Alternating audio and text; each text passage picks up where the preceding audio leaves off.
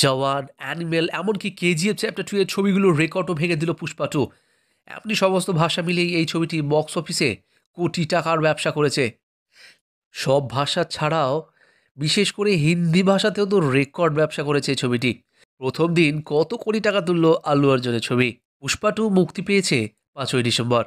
যদিও বেশ কিছু জায়গায় 4 ডিসেম্বর প্রিমিয়ারের আয়োজন করা হয়েছিল। আর মুক্তি পেতে না পেতেই আল্লু অর্জুন, রশ্মিকা মান্দানা, ফাহাদ ফাসিল অভিনীত ছবিটি গড়ে ফেলল এক নতুন রেকর্ড। জওয়ান, অ্যানিমেল এমনকি কেজিএফ চ্যাপ্টার 2 এর মতো ছবিগুলোর রেকর্ডও ভেঙে দিয়েছে এবং সর্বোচ্চ আয় করা হিন্দি ছবির খেতাবও জিতেছে।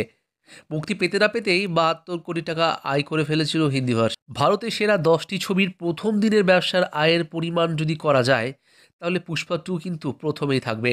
কারণ ৭২ কোটি টাকা যে প্রথম দিনে কামিয়ে নিয়েছে। আর দ্বিতীয় পজিশনে থাকবে জওয়ান। কারণ জওয়ান কামিয়েছিল ৬৫ কোটি ৫০ লাখ টাকা। পাঠান ৫৫ কোটি টাকা। আর অ্যানিমেল ৫৪ কোটি ৭৫ লাখ টাকা।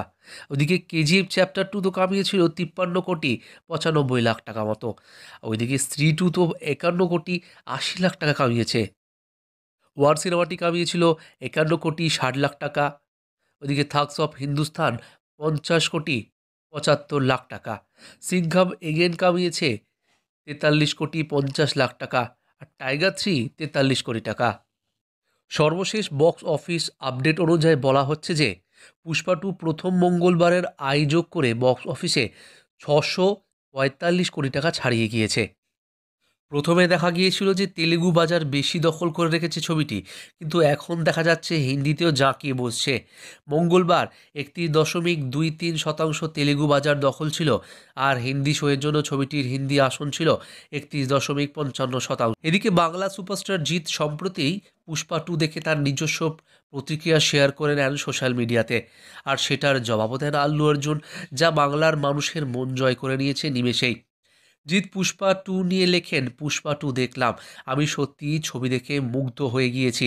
ছবিতে প্রত্যেকে অসাধারণ কাজ করেছেন। আল্লু অর্জুন আবারও প্রমাণ করে দিলেন দেশে তিনি সেরা। আর জবাব এলো জিৎ গারু, অর্থাৎ দাদা, অনেক ধন্যবাদ এত প্রশংসা করার জন্য। আমি খুশি যে ছবিটি আপনার ভালো লেগেছে। আপনার থেকে ভালোবাসা পেয়ে আমি ধন্য।